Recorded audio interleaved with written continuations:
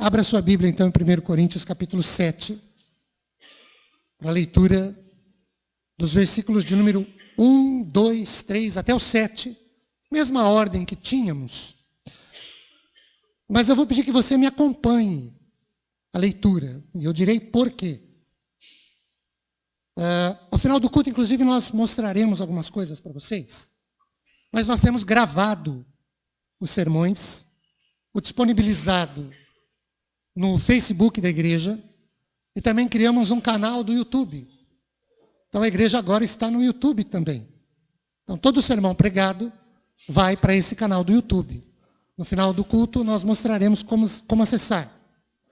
E eu ouvindo e revendo e ouvindo cada um dos sermões já pregados, observei que nós temos um sistema de gravação que vai do microfone direto para a mesa. Então, quando vocês leem, não sai na mesa. Porque o microfone, ele é unidirecional. Ele não capta sons em volta dele. Ele só capta sons direto. Por isso, quando vocês leem, quem já ouviu o sermão, percebe que fica um silêncio. Então, eu vou pedir que você me acompanhe, assim a leitura fica audível para todos aqueles que estão aqui e para quem nos assistir no YouTube também. Quanto ao que me escreveste, é bom que o homem não toque em mulher, mas por causa da impureza, cada um tenha a sua própria esposa e cada uma o seu próprio marido. O marido conceda à esposa o que lhe é devido e também, semelhantemente, a esposa ao seu marido. A mulher não tem poder sobre o seu próprio corpo, e sim o marido. E também, semelhantemente, o marido não tem poder sobre o seu próprio corpo, e sim a mulher. Não vos priveis um ao outro, salvo, talvez, por mútuo consentimento, por algum tempo, para vos dedicardes à oração e, novamente, vos ajuntardes para que Satanás não vos tente por causa da incontinência. E isto vos digo como concessão e não por mandamento. Quero que todos os homens sejam tais como também eu sou. No entanto, cada um tem de Deus o seu próprio dom, um na verdade de um modo, outro de outro. Hoje é Dia das Mães. Nós queremos falar sobre a mulher. Quando nós olhamos para a presença, a ação e a atuação da mulher, de um modo geral, no que diz respeito ao universo judaico, lembrando que é uma sociedade tribal, patriarcal, pastoral e agrícola, principalmente nos tempos do Velho Testamento, ainda que encontremos mulheres em campo de batalha, como era o caso de Débora, lá em Juízes 4, de 8 a 18. Após vitórias com seus cânticos, caso de Débora, caso de Miriam, lá em Êxodo 15, ou ainda a presença e a personalidade dela, Miriam, irmã de Moisés, liderando mulheres em Israel, lá em Êxodo 20 e 21. Ou ainda a profetisa Hulda, que é consultada pelo rei Josias, lá em 2 Reis 22. Ou Esther, que é elevada ao posto de rainha, no reino de Assuero, na Pérsia e Média, lá em Esther capítulo 1. Ou ainda a mulher virtuosa de Provérbios 31, com todas as suas inúmeras e muito bem-sucedidas tarefas e afazeres. E aí, mulheres respeitadas. Nós nos deparamos também com discriminações, com exclusões, com desvalorizações e, infelizmente, com tratamento de inferioridade para com muitas mulheres, a despeito dessas que citei e outras que podiam ter citado, mulheres de destaque no Velho Testamento. No Velho Testamento mesmo, nós encontramos uma certa discriminação. Por exemplo, em termos de universo judaico, na Sacharit, que é uma oração matinal feita pelo judeu ortodoxo que consta no Mishnah. O Mishnah é um comentário rabínico da Torá. Segundo o autor Sérgio Alberto Feldman, no livro Metis, História e Cultura Judaica, lá se encontra a seguinte oração. O judeu ortodoxo levanta-se toda manhã, se dirige a Deus com a seguinte oração: bendito sejas tu, eterno, nosso Deus, Rei do universo, que não me fizeste escravo, nem gentil e nem mulher. O judeu ortodoxo ora a Deus assim. Ele agradece a Deus por não ser mulher. E ele coloca a mulher no mesmo patamar, ou me permitam usar aqui uma outra expressão, numa prateleira, na mesma prateleira que ele coloca o escravo e o gentil. Para o judeu ortodoxo, a mulher tem o mesmo valor que um escravo e um gentil.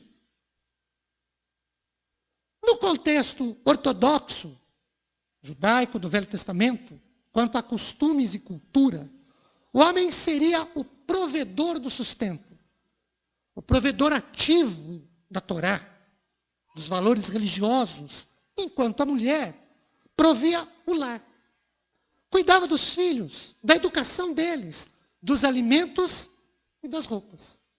Também no cenário judaico, nos tempos lá do Antigo Testamento, mostrando essa mulher numa prateleira bem baixa, a mulher não podia dirigir as orações comunitárias. Ela não era considerada como uma pessoa na composição do quórum mínimo para a execução de certas orações. Ainda mostrando como numa cultura judaica ortodoxa, essa mulher lá no Velho Testamento ficava numa prateleira bem baixa. Ela era excluída da leitura dos rolos sagrados da Torá. Até porque, na estrutura física do templo, a mulher só podia ir até o pátio das mulheres. Nele, haviam 13 gasofiláceos na forma de trombetas invertidas, destinadas à coleta de ofertas e donativos. Que é o caso, por exemplo, de Marcos 12, onde conta a história da viúva pobre que vai lá e coloca 2 moedinhas. Ela está no pátio das mulheres. E ela pode frequentar, porque é o pátio das mulheres. Pois bem, esse pátio, ele era apenas precedido, antes dele, só o pátio dos gentios. Ou o grande pátio. O pátio das mulheres ficava antes do pátio dos judeus, que por sua vez ficava antes do pátio dos sacerdotes, onde lá ficavam o altar e o santuário do templo. Primeiro, pátio dos gentios. Segundo, pátio das mulheres. Terceiro, pátio dos judeus ou pátio de Israel. Quarto, pátio dos sacerdotes. Vejam onde ficava a mulher nessa estrutura. Então, mesmo tendo mulheres notáveis, quando se destacaram, e muito na história judaica do Velho Testamento, na média, as mulheres sofriam discriminações, exclusões, desvalorizações, e elas eram inferiorizadas. Aí, quando nós lemos Paulo escrevendo aqui, em 1 Coríntios 7, e aí respeitando quem pensa diferente, eu vejo uma mudança de prateleira. E uma mudança muito para cima. Lembrem, o judeu ortodoxo colocava a mulher na mesma prateleira que o não-judeu, o gentio, e que um escravo. Mas Paulo eleva essa prateleira. Paulo põe a mulher muito para cima. E a gente pode ver isso de 2 formas. Primeiro, quando Paulo iguala a mulher na responsabilidade da relação conjugal monogâmica. Olhem para o versículo de número 2. Nós temos uma citação bastante interessante quando ele diz assim: por causa da impureza, cada um tem a sua própria esposa e cada uma o seu próprio marido. A partir de Lameque, lá em Gênesis 4:19, que tomou para si 2 mulheres, várias outras personagens da Bíblia, ou vários outros personagens da Bíblia, pessoas importantes, foram bígamos ou polígamos, como Abraão, Isaac, Davi, Salomão, que por acaso, ou não por acaso, de acordo com 1 Reis 11:3, nós vimos outro dia desses aqui na igreja, chegou a ter 700 esposas e 300 concubinas. Concubina é uma mulher que vive maritalmente com um homem, sem estar casada legal ou oficialmente com ele. Desde 1988, a nossa última promulgação de Constituição, nós podíamos dizer que Salomão teve 300 mulheres com as quais ele tinha uma relação estável. Não era o que Deus queria. Afinal, depois de criar Adão, Deus fez uma Eva, uma mulher, em tese, por conta, provavelmente, das muitas guerras tribais e o alto índice de mortalidade masculina, também essas sociedades tribais eram patriarcais. As mulheres dependiam dos pais, dos maridos, dos irmãos para mantê-las. Quanto a provisões e proteção, acrescente-se a isso todos os fatos como a esterilidade feminina, o contingente feminino, e estatisticamente sempre as mulheres foram em número maior, superior ao dos homens. Então a bigamia e a poligamia foram aceitas. Lembremos-nos do caso da samaritana, registrada lá em João 4. Ela tivera 5 maridos, e o que agora tinha, de acordo com o versículo 18, também não era dela. Ou talvez ela tenha sido uma polígama, ou uma mulher ligada a 2 ou mais maridos ao mesmo tempo. Mas quando Paulo, voltando aqui a 1 Coríntios 7, diz que cada um tem a sua própria esposa, e cada uma o seu próprio marido, e ele repete a ideia em 1 Timóteo 3 e Tito 1, como uma condição necessária para se eleger uma autoridade na igreja. Faz isso para diácono também, lá em 1 Timóteo 3:12. Paulo dá um basta nessa situação poligâmica. Ele enaltece a monogamia e põe a mulher na mesma prateleira da responsabilidade que o homem tem na relação conjugal. Paulo responsabiliza tanto o homem para ser monogâmico, como a mulher para ser monogâmica. E ele responsabiliza para que tenham uma relação conjugal onde haja respeito. Ele valoriza o papel de ambos. Ele não mais discrimina, não mais desvaloriza, ele não mais exclui a mulher. Antes, ele a eleva. Ele muda a mulher de prateleira e muda para cima, muito para cima, bem mais para cima. Ele iguala homem e mulher na responsabilidade da relação conjugal. A segunda forma que eu vejo que o apóstolo Paulo aqui em 1 Coríntios trabalha para mudar a mulher de prateleira, muito para cima, em relação à cultura judaica do Velho Testamento, no trato com as mulheres, é que a mulher também tem direito à realização. Ela tem direito à satisfação e ao prazer pessoal. Falamos um pouco sobre isso domingo próximo passado, mas olhando para os versículos 3 e 4, é disso que a Bíblia trata. Queridos, consideremos um fato. Paulo é judeu. E ele é fariseu. O que para a sua época significava dizer que ele era alguém extremamente exacerbado na religiosidade. Quando ele coloca as coisas nos versículos 3 e 4, como as coloca aí em 1 Coríntios 7, podemos considerar que isso é uma revolução para a época. É uma enorme quebra de paradigma. A mulher como Paulo aqui em 1 Coríntios 7, e também tem também os mesmos direitos que o homem. Ela tem a mesma idealização de realização, de satisfação ao prazer pessoal. Não como mãe na criação, como os judeus tratavam, com cuidados maternos. Não só como dona de casa, como os judeus também colocavam. Não como administradora da rotina diária da casa, como os judeus colocavam. Paulo eleva a prateleira da mulher e coloca a mulher como uma pessoa. Pessoa digna. Uma pessoa digna de ser realizada, de ser satisfeita como pessoa e como mulher. E isso fica muito claro, fica cristalino, quando nós observamos alguns detalhes. Por exemplo, o primeiro detalhe a gente pode observar no verso 3. Paulo diz assim para o marido: conceda, ou seja, dê, ofereça à sua esposa o que lhe é devido. Ou seja, a realização, a satisfação, o prazer da esposa na relação conjugal é uma dívida que o marido tem que pagar. E Paulo usa a palavra, e no original é isso mesmo, ele diz assim: pague a mulher. Interessante essa colocação de dívida. Uma segunda observação que a gente pode fazer está no versículo 4, quando ele diz que a mulher tem sobre o corpo do marido poder. E aí ele usa uma linguagem interessante. Olhem para o versículo 4. A mulher não tem poder sobre o seu próprio corpo. O marido, sim.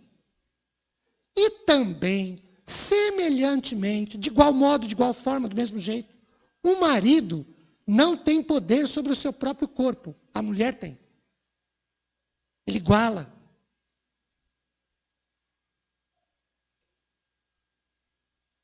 A mulher tem poder sobre o corpo do marido. O marido tem poder sobre o corpo da mulher. Ele iguala. Ele coloca a mulher numa prateleira lá em cima. Uma terceira observação a gente pode fazer no verso 5. Quando ele diz assim: não vos priveis um ao outro. Mulher não pode privar o marido de satisfação, nem o marido privar a mulher de satisfação. Ele iguala a mulher. O homem tem direito ao prazer do mesmo jeito que a mulher também tem. E ele diz: não vos priveis. E coloca uma condição interessante. A não ser que haja consentimento mútuo. Ela pode e deve opinar. Deve ser ouvida. Isso tem peso. Isso deve prevalecer. E aqui Paulo abre o espaço para o diálogo. Abre o espaço para a negociação. E eu tenho isso como uma revolução para a época. Lembremos-nos de novo de que Paulo é judeu, é fariseu. Estamos no começo da igreja, recém-saída do Velho Testamento, cuja posição judaica é extremamente exacerbada. Lembram?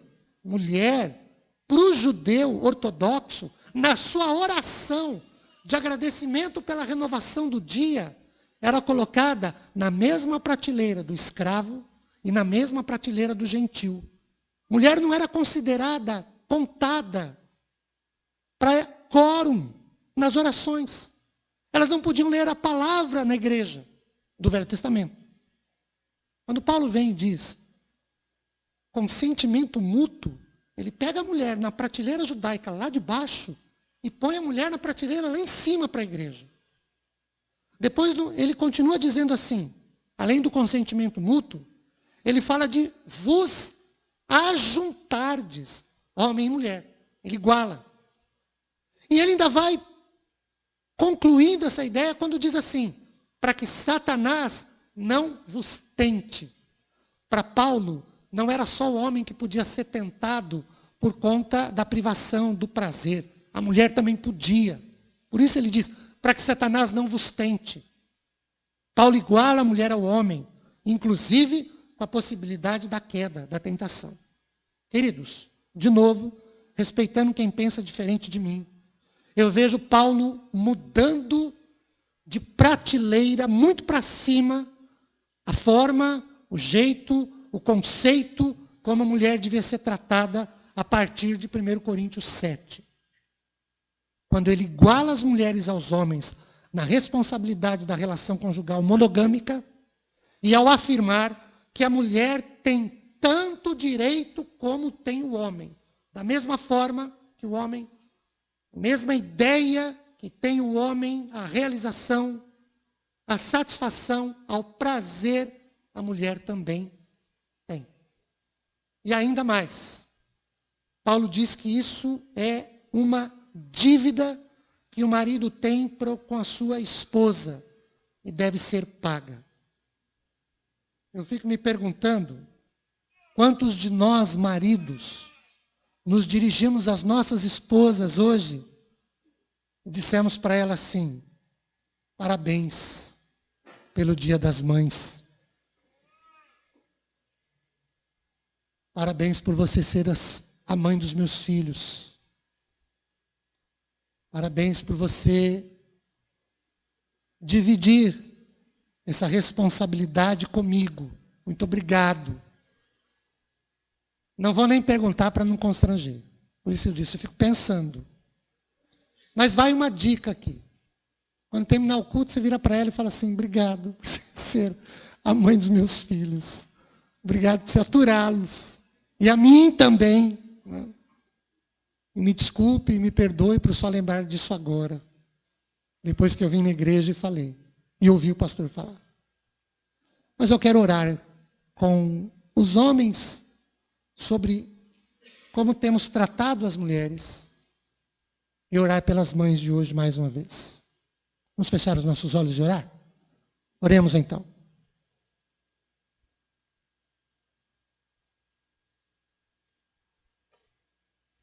Senhor nosso Deus, quero orar, primeiro, mais objetivamente pelos homens, por nós homens. Homens que já são maridos, homens que estão a caminho de ser maridos, e homens que têm projeto de serem maridos um dia. Ajude-nos, para que tratemos as nossas esposas como pessoas, à luz da tua palavra. As coloquemos numa prateleira muito maior e mais alta e mais nobre do que a prateleira em que os judeus ortodoxos do passado colocavam. Ajude-nos, ó Deus, a com humildade reconhecer que às vezes fomos orgulhosos, soberbos, arrogantes, machistas. E confessarmos isso para elas, pedindo-lhes perdão. E ajude-nos a desenvolvermos um comportamento que até então talvez não tenhamos tido. Porque aprender a gente já aprendeu. Que é o de tê-las como nossos companheiras idôneas. Ouvi-las. Dar-lhes dignidade. Realizá-las como queremos ser realizados. Satisfazê-las como queremos ser satisfeitos. Ajude-nos nisso. Para alguns de nós, eu não sei exatamente quantos de nós, mas para alguns de nós, isso é muito difícil. Tem misericórdia, Pai. Precisamos ter a humildade de colocar isso em prática. E agora, Senhor, oro por mulheres que estão aqui, que ouviram Tua palavra, mas os maridos não estão. E não sabem dessas verdades. Ajude-as aqui com sabedoria, possam santificar a vida dos seus maridos e ganhá-los para Ti, com testemunho, com a oração que fazem para que eles cheguem a Ti, terem paciência de aturá-los, porque como eles não conhecem a Tua palavra, não têm o Santo Espírito em seus corações, são pessoas endurecidas, cegas para a verdade, e não, evidentemente não têm esse desenvolvimento, essa maturidade, e não têm, ó Deus, em si esses traços de personalidade cristã. E às vezes algumas das nossas queridas e amadas irmãs, mulheres, mães, esposas, erram. Porque ouvem aqui na igreja e esperam que o marido delas, que não são crentes, ou que o marido não seja crente, desenvolva essas coisas aqui. E ele não pode, ele não sabe, ele não conhece, não tem o Espírito Santo para esclarecer. Para dizer a verdade, alguns de nós têm e não muda também. Então tem misericórdia para que a gente mude. E um dia eles também possam mudar. Oro de novo pelas mães que têm seus filhos na igreja, para que eles permaneçam, tenham ricas e renovadas experiências com o Senhor. Oro também por aquelas mães que tiveram seus filhos que já estiveram na igreja e saíram, para que voltem. E as mães que não têm filhos na casa do Senhor, para que eles venham e fiquem contigo. As mães possam ser ricas e poderosamente abençoadas, consoladas e animadas pelo Senhor. Oramos por nós, maridos, para que mudemos o nosso relacionamento com as mulheres, com as nossas esposas, e oramos por elas, pedindo a tua bênção em nome de Jesus. Amém.